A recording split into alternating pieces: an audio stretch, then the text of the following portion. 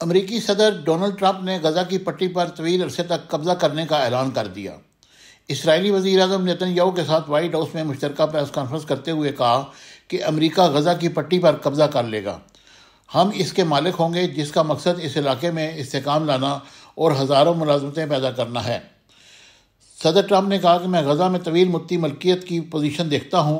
ہم غزہ کو ترقی دیں گے، علاقے کے لوگوں کے لیے ملازمتیں دیں گے، شہریوں کو بسائیں گے۔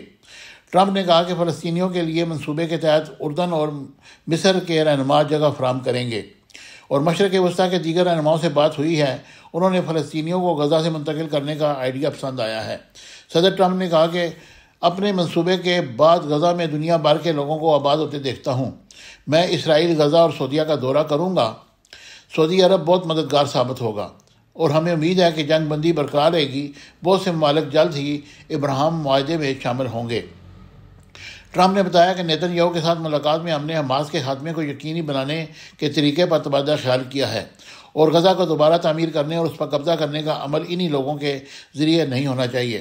امریکی صدر نے یہ بھی کہا کہ میں ایران کے ساتھ ڈیل کرنا پسند کروں گا۔ اگر لگا کہ ایران کے پاس جوہری ہتھیار ہیں تو یہ ان کی بدقسمتی ہوگی۔ دوسری جانب اسرائیلی وزیر اعظم نیتن یاہو نے کہا کہ امریکی صدر ٹرمپ کا دورہ کا منصوبہ، جس کے تحت امریکی فلسطینی علاقے غزہ پٹی کا کنٹرول سنبھالے گا، تاریخ بدل سکتا ہے۔ اسرائیلی وزیر اعظم نے کہا کہ ٹرمپ غزہ کا مختلف مستقبل دیکھتے ہیں، اور یہ قابل توجہ ہے کہ تاریخ بدل سکتا ہے۔